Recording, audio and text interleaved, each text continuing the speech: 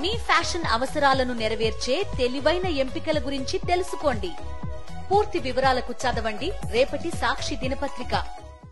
ఒకప్పుడు Raj Tarun crazy hero. ఉయ్యాల జంపాల, కుమారి 21F సినిమాలతో హిట్లు అందుకొని సెన్సేషన్ క్రియేట్ చేశాడు. కానీ ఆ తర్వాతే ట్రాక్ తప్పి ఫ్లాపుల బారిన పడ్డాడు. ఈ మధ్య పురుషోత్తముడు, తిరగబడరా స్వామితో ప్రేక్షకుల ముందుకు వచ్చినా మళ్లీ అపజయాలే అందుకున్నాడు.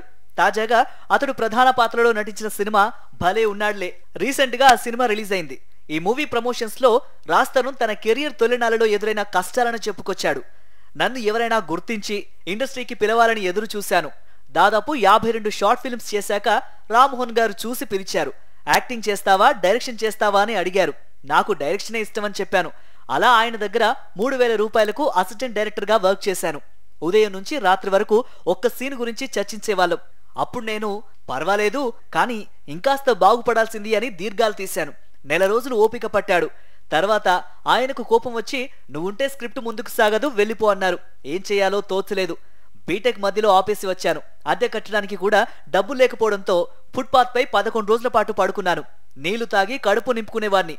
ఆ తర్వాత మళ్ళీ రామ్మోహన్ గారే పిలిపించారు. అప్పుడు నాకు 20 ఏళ్లు. ఆ వయసులో ఒక ఫైర్ ఉంటుంది.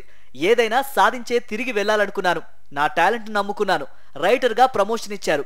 ఆ తర్వాత హీరోనయ్యాను అని చెప్పుకొచ్చాడు హీరో రాజ్ తరుణ్.